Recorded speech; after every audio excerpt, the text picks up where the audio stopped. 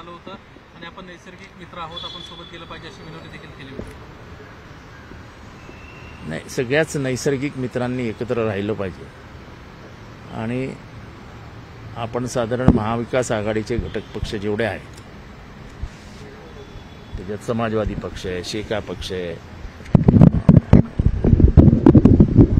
मार्क्सवादी कम्युनिस्ट पक्ष आहे, कम्युनिस्ट पक्ष आहे, आंबेडकरवादी विचारांचे पक्ष आहेत, आंबेडकर खरात किंवा महादेव जानकर, अशा सगळ्याच पक्षांना एकत्र घेऊन मुंबईची निवडणूक लढवूया असं कार्यकर्त्यांनी साहेबांसमोर मत मांडलेलं आहे.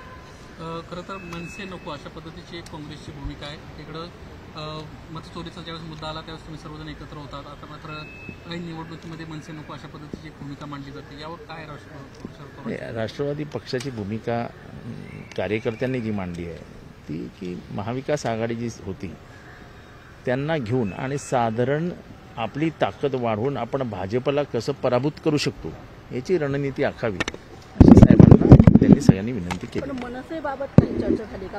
मनसेचा प्रस्तावच नाही अजून, त्याबाबत अजून चर्चाही नाही, त्याच्यामुळे त्याच्यावरती बोलण्यात की आता सध्या तरी अर्थ नाही. खरं तर दोन भाऊ एकीकडे येत असताना राष्ट्रवादी काँग्रेस शरदचंद्र पवार पक्षाची काय भूमिका राहणार आहे? तुम्ही असं आहे की सोबत जाल की काँग्रेस सोबत राहणार? महाविकास आघाडी आणि त्यांच्या घटक पक्षांनी एकत्र राहावं अशी भावना कार्यकर्त्यांनी व्यक्त केली. पवारांना सातत्यानं असं स्पष्टपणे म्हटलं होतं की भाजप सोडून आपल्याला इतर मित्र चालले. तर तेच आम्ही सांगितलं की साधारण सगळ्यांची भावना तीच आहे. मुंबईची एक परिस्थिती वेगळी आहे, महाराष्ट्रात वेगळी आहे. महाराष्ट्रात कशा युत्या आणि आघाड्या झाल्या आहेत ते तुम्ही बघताय. त्यामुळे स्थानिक पातळीवरच्या लोकांनीच जास्त विचार करून आपापला निर्णय घ्यावा.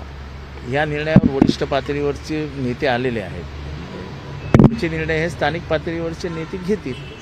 काँग्रेस नेत्यांची तुम्ही समजूत काढणार का की आपण एकजूट राहिलं पाहिजे जर भाजप विरोधात लढायचं असेल? साहेबांची भूमिका दिल्लीपासून गल्लीपर्यंत स्पष्ट आहे की भाजपला पराभूत करण्यासाठी जे करता येईल ते करावं. म्हणजे समजूत काढणार? मी बोललो तेवढंच बोलीन. मी समजूत काढणार की नाही ते त्यांना माहिती. पुढील आठवड्यात काही बैठक होणार आहे का एकत्रित? कारण आज आपली एक बैठक झाल्यानंतर पुन्हा एकदा काँग्रेससोबत बसलं जाईल असं सांगण्यात आलं होतं. नाही, ते आता काँग्रेसचा काय निरोप येईल, साहेबांची ते काय बोलतात ती वेगळी गोष्ट आहे. पण आज जी बैठक झाली त्याच्याबाबत महाराष्ट्राला आणि तुम्हा सगळ्यांना माहिती देण्यासाठी मी आलो. सर, हिंदी में चाहिए आज की बैठक में क्या हुआ है, किस बारे में चर्चा हुई है? इस बारे इतनी चर्चा हुई कि पार्टी के कार्यकर्ताओं ने कहा कि भाजपा को पराभूत करने के लिए हमको महाविकास आघाड़ी का जो गठन हुआ है वो जो पार्टियां इकट्ठा हुई थी और रही है वो वैसी ही रहनी चाहिए, ऐसे कार्यकर्ताओं की भावना रही. मतलब जिस तरीके की यूनिटी हमने सत्याचा मोर्चा में देखी थी जहाँ पे एमएनएस से लेके एनसीपी अम्बेडकराइट पार्टी एक साथ, देखो तभी मैंने कहा था कि वो एक अलग विषय है, ये एक अलग विषय है. अलग अलग विषयों पे अलग अलग बातें होती.